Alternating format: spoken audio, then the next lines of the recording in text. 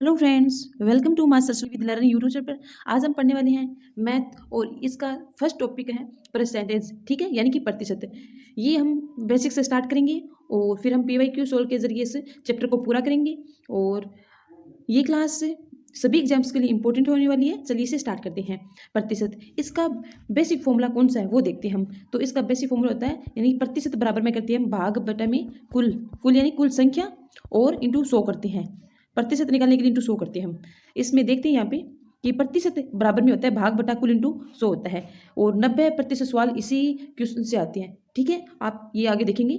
अगर हम प्रतिशत को भिन्न में बदलते हैं तो हम क्या करते हैं, अगर कोई प्रतिशत दिया है इसको हम भिन्न में बदलेंगे तो जो भिन्न दी गई है उसके बटा में जो संख्या दी गई है उसके बटा में हम 100 लगा देते हैं, तो ये भिन्न में बदल जाता है। ठीक है, और अगर भिन्न को प्रतिशत में बदले तो क्या करते हैं, तो भिन्न को क्या करें हम 100 से गुणा करेंगे तो वो संख्या प्रतिशत में चेंज हो जाएगी। आपको समझ में आ गया क्या?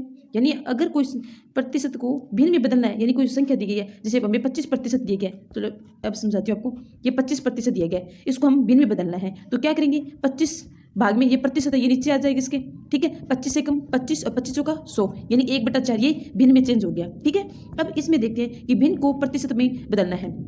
तो जैसे क्या 1/4 है, इसको हम क्या करेंगे प्रतिशत में चेंज करेंगे तो इसको 100 से गुणा कर देंगे। ठीक है, किससे 100 से गुणा कर देंगे तो इसे 4 को इस 4 से हम 100 को काटेंगे तो क्या क्या बनेगा 25, इसे 25% लिखेंगे हम। ठीक है, आपको समझ में आ गया होगा। आगे और देखते हैं वृद्धि प्रतिशत। अगर हमें कोई संख्या में कितनी परसेंट वृद्धि हुई है ये हमें बताना है तो इसे हम क्या कहेंगे वृद्धि प्रतिशत कहते हैं। और ये निकालते कैसे हैं, तो ये सूत्र है इसका। ठीक है, पहले लिखेंगे वृद्धि प्रतिशत। वृद्धि को मैं इस क्रॉस से ऊपर कर रही हूँ। ठीक है, आप समझाना। वृद्धि क्रॉस प्रतिशत बराबर में क्या आता है, जो हमें वृद्धि दी गई है ना वो ऊपर लिखेंगे। जैसे मान लो 5% की वृद्धि हुई है तो किस में वृद्धि करते हैं हम, तो 100 में वृद्धि करते हैं। तो 5% अगर वृद्धि हुई है तो इसे हम लिखेंगे 105। ठीक है, और किस में से हुई है, तो मूल मान हमारा क्या होता है, हमेशा 100 होता है मूल मान, और गुणा क्या कर देंगे 100 से कर देंगे।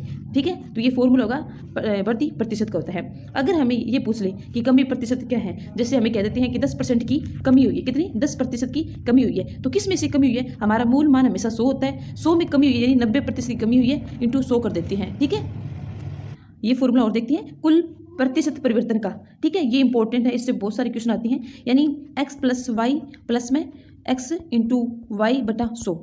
ठीक है, ये फॉर्मूला होता है। यहाँ पे क्या होता है कि ये पहली संख्या दी गई है, यानी यहाँ पे x है, मतलब यहाँ पे जैसे 20% की वृद्धि या फिर कमी दी गई होती है, यहाँ पर भी 5% की वृद्धि कमी दी गई होती है। ठीक है, और ये आपको मैं क्वेश्चन कराऊंगी तब आपको इसे अच्छे से समझा पाऊंगी। ठीक है, तो आगे देखते हैं। अब हम एक बेसिक सा फॉर्मूला क्वेश्चन देखते हैं। जैसे एक कक्षा में 40 विद्यार्थी है, कितने 40 विद्यार्थी है, उनमें से 10 लड़कियां हैं, विद्यार्थी लड़कियां हैं। ठीक है, कुल स्टूडेंट कितने हैं, तो 40 है एक क्लास में,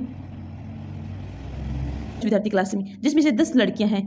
तो अब हम इनका प्रतिशत निकालेंगे, भी लड़कियां कितनी प्रतिशत है। तो क्या करेंगे, पहले मूल संख्या हमारी कितनी है, जो फर्स्ट फॉर्मूला था ना बेसिक वाला वही है। इसमें मूल संख्या हमारी कितनी है, मतलब कुल 40 है। ठीक है, और लड़कियां कितनी है, इसमें से 10 है, इंटू 100 कर देंगे। अब इनको काट लो बिंदी से, यानी 0 से 0 कैंसिल हो गया। यहाँ पे क्या बचा, 100/4 बचा है। ठीक है, नहीं 100 में 4 का भाग रहेगा तो 25, यानी 25% इसमें कक्षा में लड़कियां हैं।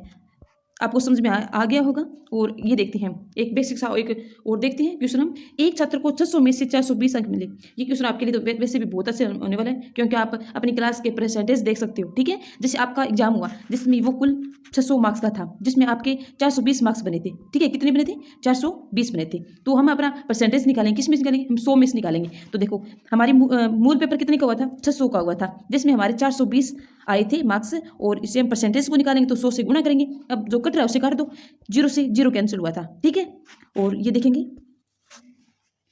ये बिंदी है, यानी ये 0 है, ये 0 से कैंसिल कर देंगे। तो यहाँ पे क्या बचा हमारा, यहाँ पे बचा है 42। 6 को 42 से कैंसिल है, 6 7 42 होता है। अब हम 7 इंटू ये 10 बचा है तो कितने होते हैं, ये इससे मल्टीप्लाई करेंगे तो ये 70 होते हैं, यानी आपके 70% अंक बने हैं। क्या हम सोल्व करते हैं। ये आप क्वेश्चन देख सकते हो, ये वीडियो में आया था, शिफ्ट फर्स्ट थी, ये 2021 में आए गए हैं, और ये पटवार में 2011 में आया क्वेश्चन है। तो हम PYQ सोल्व करेंगे, जिससे आपको पता चले PYQ क्वेश्चन कैसे आते हैं। और इसमें क्या होता है कि PYQ क्वेश्चन हमेशा रिपीट होती है एग्जाम में। ठीक है, तो ये क्वेश्चन आ सकता है। चलिए देखते हैं, इसे सोल्व करते हैं हम। ये देखते हैं कि एक आयत की लंबाई में 20% की वृद्धि हुई, कितनी परसेंट की वृद्धि हुई है, तो ये वृद्धि दी गई है, कितनी है, तो ये 20% है। ठीक है, और चौड़ाई में 20% की कमी दी गई, यानी कमी कितनी है, तो ये 20% की कमी है। और करने पर आयत के क्षेत्रफल में होने वाली वृद्धि या कमी का प्रतिशत हमें ज्ञात करना है। तो इसके लिए एक फॉर्मूला होता है, ठीक है। तो वो देखते हैं हम कि कितनी वृद्धि हुई है। वृद्धि होती है उससे हम 20 लिखते हैं, ठीक है। जितनी वृद्धि हुई है प्लस 20 करेंगे, जितनी कमी हुई है -20 करेंगे। और यहाँ पे क्या होता है, प्लस माइनस होता है, ठीक है। 20 × 20 यानी ये तो वृद्धि है और ये क्या है, कमी है। और इसके बेटा हम 100 लगाते हैं, ठीक है। ये क्वेश्चन कैसे 100 होगा, यानी कि इस फॉर्मूला लिखते हैं, आप इसे लिख सकते हैं। जो वृद्धि हो रही है उसके तो हम प्लस लिखेंगे, जो कमी हो रही है उससे हम क्या करेंगे, y लिख देंगे, ठीक है। y लिखेंगे और उसके माइनस लगाएंगे। और यहाँ पे क्या है, इन दोनों संख्या का गुणा होगा, यानी x × -y का, और बटा हम 100 लगा देते हैं, ठीक है। आपको दिख रहा होगा इसे, ठीक है। यानी x × -y को गुण करें तो यहाँ पे माइनस ही आएगा, ठीक है। तो ये अब हम इसे सोल्व करते हैं, थोड़ा सा साफ लिखिए बताती हूँ आपको। यानी कि 20 - 20 माइनस में 20 × 20 और बटा में इसके 100, ठीक है। अब मैं आपको चीज़ें बेसिक समझाऊंगी और आपको बहुत अच्छे से, ठीक है। ये मेरी पहली क्लास है, थोड़ी बहुत इसमें हो सकती है गलतियाँ, तो आप मुझे कमेंट में बता सकती हैं। हम इस एक बिंदु से एक बिंदु काटेंगे, यानी एक जीरो से एक जीरो काटेंगे, इस एक जीरो से एक जीरो काटेंगे। 20 - 20 ये तो 20 माइनस ये तो जीरो हो जाएगा, यानी एक प्लस का 20 और एक माइनस का 20 जीरो हो जाएगा। फिर यहाँ पे कितना बचा है, -2 × 2, यानी माइनस का 2 × 2 कितना होता है, तो माइनस का 4 होता है, ठीक है। तो हमारी कितनी प्रतिशत कमी हुई है, अगर माइनस में आ रही है तो हमारी कमी होगी, तो इसमें +4 की वृद्धि हुई है तो ये गलत हो जाएगा। क्यों, हमारी तो ये मान है ये, ठीक है। ये कितना है, वैल्यू -4 आई है, इस मतलब कमी हुई है, तो 4% की कमी हुई है, ये ऑप्शन सही हो जाएगा। इसमें नया वृद्धि नया कमी, ये तो गलत हो जाएगा, ज्ञात नहीं कर सकते, ये भी गलत हो जाएगा। तो कितनी, इसका आंसर -4 है, मतलब 4% की कमी है, ये है ऊपर वाले के जैसा ही है। ये भी क्वेश्चन आया गया है, संगणक परीक्षा में आया था, और ये 2021 में आ गया है। इस वही फॉर्मूला यूज हो गया इसमें क्या है कि एक आयत की लंबाई और चौड़ाई में क्रम से +30 की वृद्धि हुई है। +30 दिया मतलब कि इसमें वृद्धि हुई है हमारी, ठीक है। तो उसे +30 ही करेंगे। फिर -20% क्या है, यानी कि -% की हमारी कमी हुई है। आयत के क्षेत्रफल में कितने प्रतिशत परिवर्तन हुआ है, ठीक है। तो ये देखते हैं हम, यानी पहले हम लिखेंगे 30, इसके ये -20 आएगा। फिर इनका क्या करेंगे, हम गुणा कर देंगे, ठीक है। तो 30 × -20 बटा में 100 लगाते हैं, ठीक है। यहाँ पे क्या कौन सा वो चिन्ह आएगा, तो 30 × -20 नहीं, तो यहाँ पे माइनस आ जाएगा, ठीक है। तो 30 में से 20 गए, 10 बचेंगे। और यहाँ पे माइनस में कितने हैं, इसके एक जीरो से एक जीरो, एक जीरो से एक जीरो कैंसिल हुई है, ठीक है।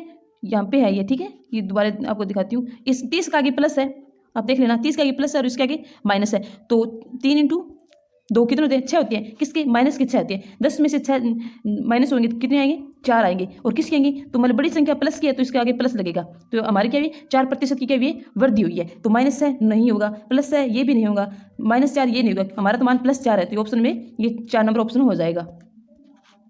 ये बेसिक सा क्वेश्चन है, पर आता है ये, ठीक है। रीट लेवल सेकंड में आया गया है, ठीक है, 2018 में आया आज का ये क्वेश्चन। अब हम देखते हैं कि 80 का कितना प्रतिशत 80 है। तो जहाँ कितना प्रतिशत दे रखा है ना, वहाँ पे हम क्या करें, x मान लेंगे, ठीक है। कितना प्रतिशत है, तो हम x% मान लेंगे इसे, ठीक है। तो का हमेशा क्या होता है, का हो गया या ऑफ हो गया, इसका मतलब हमेशा क्या होता है, मल्टीप्लाई होता है, गुणा होता है, ठीक है। इस हम में से सोल्व करते हैं। 80 का 80 लिखा हमने, का मतलब हम गुणा करेंगे, और कितना प्रतिशत, तो x% लिखेंगे, और x% बराबर कितने हैं, 80 दिया गया है हमें, ठीक। 80 × x% को क्या लिखते हैं हम, x% का मतलब होता है x/100 लिखेंगे, तो x/ इसमें हम 100 लिखेंगे, ये x है, ठीक है। बराबर इक्वल में क्या आपके 80 दिया गया है। अब हम क्या करेंगे कि हमें कुछ नहीं होता, उसके हमेशा क्या होता है, 1 होता है, ठीक है। तो यहाँ पे क्या हो जाएगा, ये 100 का इसके साथ क्या हो जाएगा, गुणा हो जाएगा। इसे हम क्या कहते हैं, इस संख्या का इसके साथ गुणा हो जाएगा, इसे हम कहते हैं वज्र गुणा बोलते हैं, या फिर इसे हम तिरछा गुणा भी कहते हैं, ठीक है। 80 का x के साथ गुणा, तो इसके क्या गया, 80x आ जाएगा। और इस 80 का 100 के साथ गुणा होगा, तो 80 × 100 कर देंगे, ठीक है। हमें तो x का मान निकालना है, तो x को अकेला छोड़ेंगे, 80 × 100 बटा में क्या करें, ये 80 इसके भाग में आ जाएगा, तो 80 से 80 कैंसिल हो जाएगा, तो बचेगा क्या, x बराबर में 100% बचेगा, ठीक है। क्या कौन सा बचेगा, x इक्वल में 100% होता है, ठीक है। तो हमेशा 80 का 80% हमेशा 100 होता है, ये आपको ध्यान में रखना है। ये होगा, तो प्लीज़ आपको अगर समझ में आ रहा है तो मुझे प्लीज़ कमेंट करना और चैनल को सब्सक्राइब करना। में आ चुका है, 2011 में आ गया। इस प्रश्न में क्या कह रहे हैं कि संख्या 60 है, वो संख्या 80 से कितनी प्रतिशत है, तो हमें प्रतिशत में बताना है। पहले हमें अंकों में दी गई है, मतलब संख्या में दी गई है। 80 में से 60 माइनस करेंगे तो कितना बचेगा, 20 बचेगा। और अब हम इसे प्रतिशत में बताएंगे, यानी कितने प्रतिशत कमी है। तो कमी को हम क्या करते हैं, मैंने आपको इस फॉर्मूला बताया था कि जो कमी हुई है उससे हम ऊपर लिख दें, यानी 20 की कमी हुई है तो हम 20 लिखेंगे। और मूल हमारी संख्या क्या है, तो 80 में से कमी हुई है तो हम बटे में 80 करेंगे, और इंटू हम क्या करेंगे, 100 लगा देंगे। जो कट रहा है उसे काट दो, 0 से 0 कैंसिल हुआ, 2 का भाग 8 में करेंगे, 2 चौकी 8, तो यानी आपका क्या बच्चा है, 100 बटा में 4 बच्चा है, ठीक है। तो 100 में 4 का भाग करते हैं 25 का 100 आता है, यानी कि 25% आंसर आएगा। तो ऑप्शन नंबर इसमें 2 हो जाएगा, यानी 25% आएगा इसमें। आप देख सकते हो कितनी सरल क्वेश्चन आ रही है, ठीक है। पहले हम थोड़ी बेसिक से क्वेश्चन करेंगे और उसके बाद हम करेंगे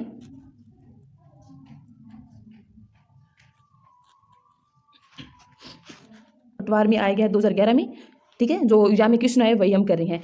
अब क्वेश्चन देखते हैं। तो 90 का कितनी प्रतिशत है? 240 होगा। यानी 90 का, ये क्वेश्चन इसका जैसे मैंने करवा दिया था कि 90, ये 90 है। का मतलब मैंने क्या बताया था? गुणा होता है में से। कितनी प्रतिशत मतलब हमने x प्रतिशत मानेंगे इसको, x प्रतिशत है। कितनी प्रतिशत इक्वल में क्या होता है? 240 होगा, ठीक। 90 का 90 लिखेंगे और x प्रतिशत को हम क्या लिखते हैं? x बटे में 100 लिखते हैं और इक्वल में कितने आएगा? 240 होगा। जिसके नीचे बट्टे में कुछ नहीं होता उसके एक लगाते हैं और इसका बराबर हमेशा बीच दो संख्याओं की, ये बट्टे वाली संख्या है ना, उनके बराबर में चिन्ह दिया होता है बीच में, तो इससे हम वज्र गुणा से हल करते हैं। तो 90 इंटू एक्स बटा 100 को 1 से गुणा करेंगे और 100 को 240 से गुणा करेंगे, इससे हम वज्र गुणा, और इसे तिरछा गुणा बोलते हैं हम।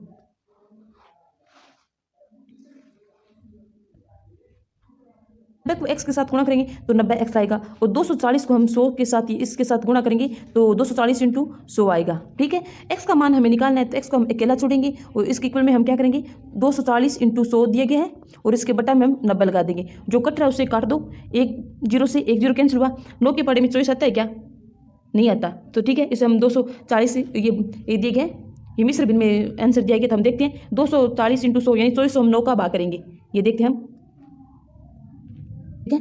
2400 इंटू, मैं ये क्लास ऐसे जीरो से स्टार्ट करी हूँ, मुझे लगता है आपको कुछ नहीं आता, ठीक है। उस बच्चे के लिए क्लास है जिसको कुछ नहीं आता, बिल्कुल भी जीरो, ठीक है, उसके लिए क्लास ये। 2400 हम 9 का भाग करिए तो कितना आएगा? 9 दूनी 18, 24 में 18 बच्चे कितने बचेंगे? तो ये 6 बचेंगे। फिर हम जीरो उतारेंगे, 9 के 54 होता है, 60 में से 54 रहे 6, फिर जीरो उतारती है 6 आ जाएगा, ठीक है। कितना आ जाएगा इसमें? यहाँ पे 6, ठीक है। फिर 54 है, यानी ये 266 आ गया। और ऑप्शन में 266 कौन सा? इस ऑप्शन में, तो हम डायरेक्ट कर सकते हैं, लेकिन फिर भी मैं आगे कुछ और करके बता दूँगी। यानी 266 आ गया, ये भाग जिस 6 से फिर आगे चल रहा है तो लास्ट में हमारा कितना बचा है? ये 6 बच रहा है, ठीक है। और 266 6 से ही बटा 9 होता है, ठीक है। ये दोनों 3 से कट रहे हैं, 3 दूनी 6 और 3 तिया 9, तो 266 से ही 2/3% हमारा आंसर आ जाएगा।